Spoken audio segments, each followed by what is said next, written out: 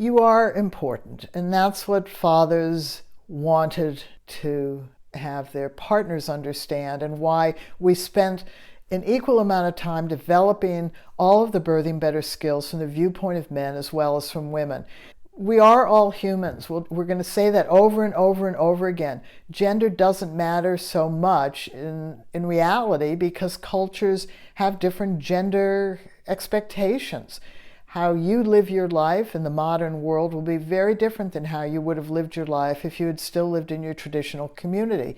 So there are good and bad things about that, as we've discussed. But you need to pay attention to details about your own life. You do not want to go through becoming a father to being a father feeling totally stressed and overwhelmed. That's important, that you as a human being really understand that your role in this process of growing your baby, and the process of birthing your baby, and the process of caring for your child is equally important. And why is that? What's the bottom line to that? And the bottom line is, you could divorce your partner, or she could die, and you might find yourself a single dad.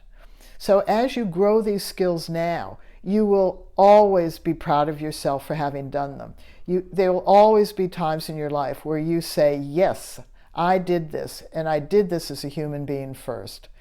Life is always changing moment to moment. There are different phases of your life. Each of those phases bring the adaptation or adjustability of each of the skills or the qualities that you're using. For instance, I'm 73. Trust me, I don't run as fast as I used to, but I have stayed physically fit. And the fact is that you can get better as you develop these skills if they're conscious in you. So each phase of your life, you can grow these skills more broadly, more deeply, more consciously, and that gives you a huge sense of satisfaction. It's like being a lover.